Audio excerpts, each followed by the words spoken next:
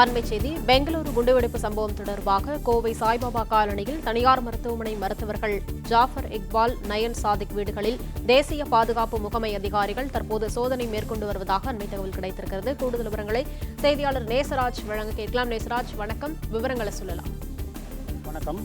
கர்நாடக மாநிலம் பெங்களூர் ஓட்டல் குண்டுவெடிப்பு தொடர்பாக என்ஐஏ அதிகாரிகள் தற்பொழுது கோவை சாய்பாபா காலனி பகுதியில் உள்ள பெரிய சுப்பண்ண கவுண்டர் வீதியில் உள்ள 23ஆம் நம்பர் கொண்ட வீடுகளில் சோதனை செய்து வந்தனர். அந்த சோதனையின் போது 2 தொலைபேசி எண்களையும் அவர்கள் கைப்பற்றியதாக கூறப்படுகிறது. அதே போல அவர் பயன்படுத்திய வாகனம் KA05M9151 குவிட், அந்த காரையும் அதிகாரிகள் சோதனை செய்தனர். அடுத்த நயன் சாதிக் என்பவரது வீடு நாராயணகுரு சாலையில் உள்ளது. அந்த சாலையிலும் தற்பொழுது என்ஐஏ அதிகாரிகள் சோதனை செய்து வருகின்றனர். இவர்களுக்கும் அந்த குண்டுவெடிப்பு சம்பவத்திற்கும் தொடர்பு உள்ளதாக கூறப்பட்டுள்ள நிலையில் இந்த சோதனை நடைபெற்று வருகிறது.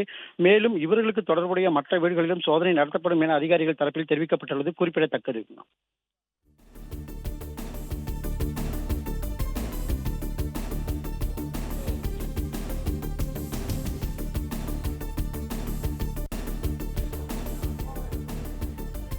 விவரங்களுக்கு நன்றி நேசராஜ்.